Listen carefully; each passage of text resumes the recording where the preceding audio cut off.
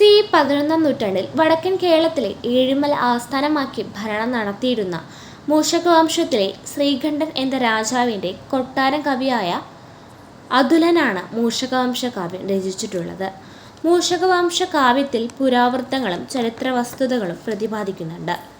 കാവ്യം ആരംഭിക്കുന്നത് മൂഷകവംശത്തിൻ്റെ ഉത്ഭവ കഥയുമായി ബന്ധപ്പെട്ടാണ്. പരശുരാമൻ ക്ഷത്രിയ രാജാക്കന്മാരെ കൊന്നൊടുക്കുന്നതിൻ്റെ ഭാഗമായി ഭർത്താവും കുടുംബാംഗങ്ങളും നഷ്ടപ്പെട്ട ഗർഭിണിയായ ഏഹ്യ രാജ്ഞി ആത്മഹത്യക്കൊരുങ്ങുമ്പോൾ അവരുടെ കുടുംബ ഉപദേഷ്ടാവ് അവരെ അതിൽ നിന്ന് പിന്തിരിപ്പിക്കുന്നു. ഉപദേഷ്ടാവിൻ്റെ വാക്കുകളിൽ കീഴടങ്ങിയ രാജ്ഞി തെക്കോട്ട് യാത്ര ചെയ്യുകയും സമുദ്രതീരത്തെത്തിയപ്പോൾ യാത്ര അവസാനിപ്പിച്ച് അവിടെ താമസിക്കുകയും ചെയ്തു. അവിടെ വെച്ച് അവരെ ഏഴിമലയിലെ ആത്മീയ സാന്നിധ്യമായ ഒരു വലിയ മൂഷകൻ ആക്രമിക്കുന്നു. അദ്ദേഹത്തെ രാജ്ഞിയുടെ അഗ്നിനാളങ്ങളിൽ മൂഷകനെ ചുട്ടു ചാമ്പലാക്കി. അപ്പോഴാണ് ജ്വാരത്തിൽ നിന്നും ഒരു ദിവ്യരൂപം ഉയർന്നെഴുന്നേറ്റത്.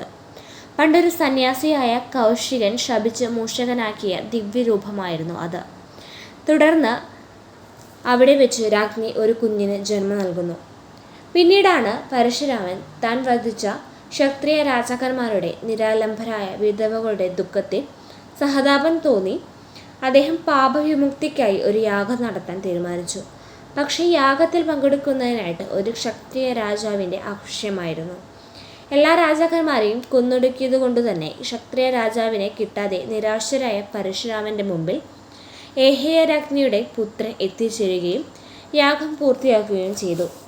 സന്തുഷ്ടനായ പരശുരാമൻ യാഗാവസാനം രാജകുമാരനെ ഏഴിമലയിലെ രാജാവായി വാഴിച്ചു. ഒരു മൺപാത്രമായ ഘടത്തിൽ നിന്നും പരശുരാമൻ തീർത്ഥജലം ഒഴിച്ച് സ്ഥാനാരോഹണം നടത്തിയതിൻ്റെ ഫലമായി മൂഷകവംശ സ്ഥാപകൻ രാമഘട മൂഷകൻ എന്ന പേരിൽ അറിയപ്പെട്ടു. രാജാവായ രാമഘടൻ ഭരണസൗകര്യത്തിനായി ഒരു മന്ത്രിസഭ രൂപീകരിച്ചു. വ്യാപാര വിഭാഗമായ മഹിഷ്മതിയുടെ നേതാവും നാവികനുമായ മഹാനാവികൻ മന്ത്രിസഭയിലെ അംഗമായിരുന്നു. രാജാവ് കോലം തലസ്ഥാനമാക്കി ഭരണം നടത്തി.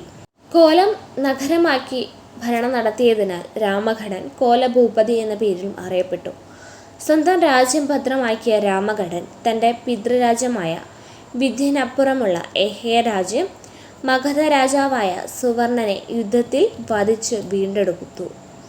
ഏഹ്യത്തിൽ നിന്നും തിരിച്ചെത്തിയ രാമഘടൻ ഭരണത്തിൽ നിന്നും പിൻവാങ്ങുകയും മകൻ നന്ദനെ രാജാവായി വാഴിക്കുകയും ചെയ്തു. നന്ദൻ്റെ പിൻഗാമിയായി ഉഗ്രസേനൻ ചേരരാജ്യത്തിൻ്റെ ആക്രമണത്തെ വിജയകരമായി തടഞ്ഞു നിർത്തി എന്ന് അതുലൻ പ്രസ്താവിക്കുന്നുണ്ട്. തുടർന്ന് നിരവധി രാജാക്കന്മാരെ കുറിച്ചും അവരുടെ നേട്ടത്തെക്കുറിച്ചും പ്രതിപാദിക്കുന്ന അതുലൻ മൂഷകവംശ രാജാക്കന്മാരും ചേര ചോള ചേതി രാജാക്കന്മാരുടെയും നടന്ന വൈവാഹിക ബന്ധങ്ങളെക്കുറിച്ചിട്ടും വിവരിക്കുന്നുണ്ട്. ഇതിനിടയിൽ കുട്ടികളില്ലാത്ത രാജാവ് ഈശാനവർമ്മൻ്റെ പത്നി നന്ദിനി ഭദ്രകാളിയിൽ നിന്നും ഉപവാസത്തിലൂടെ വരം നേടി കുഞ്ഞിന് ജന്മം നൽകിയതായിട്ടും മൂഷകവംശ കാവ്യത്തിൽ പറയുന്നു.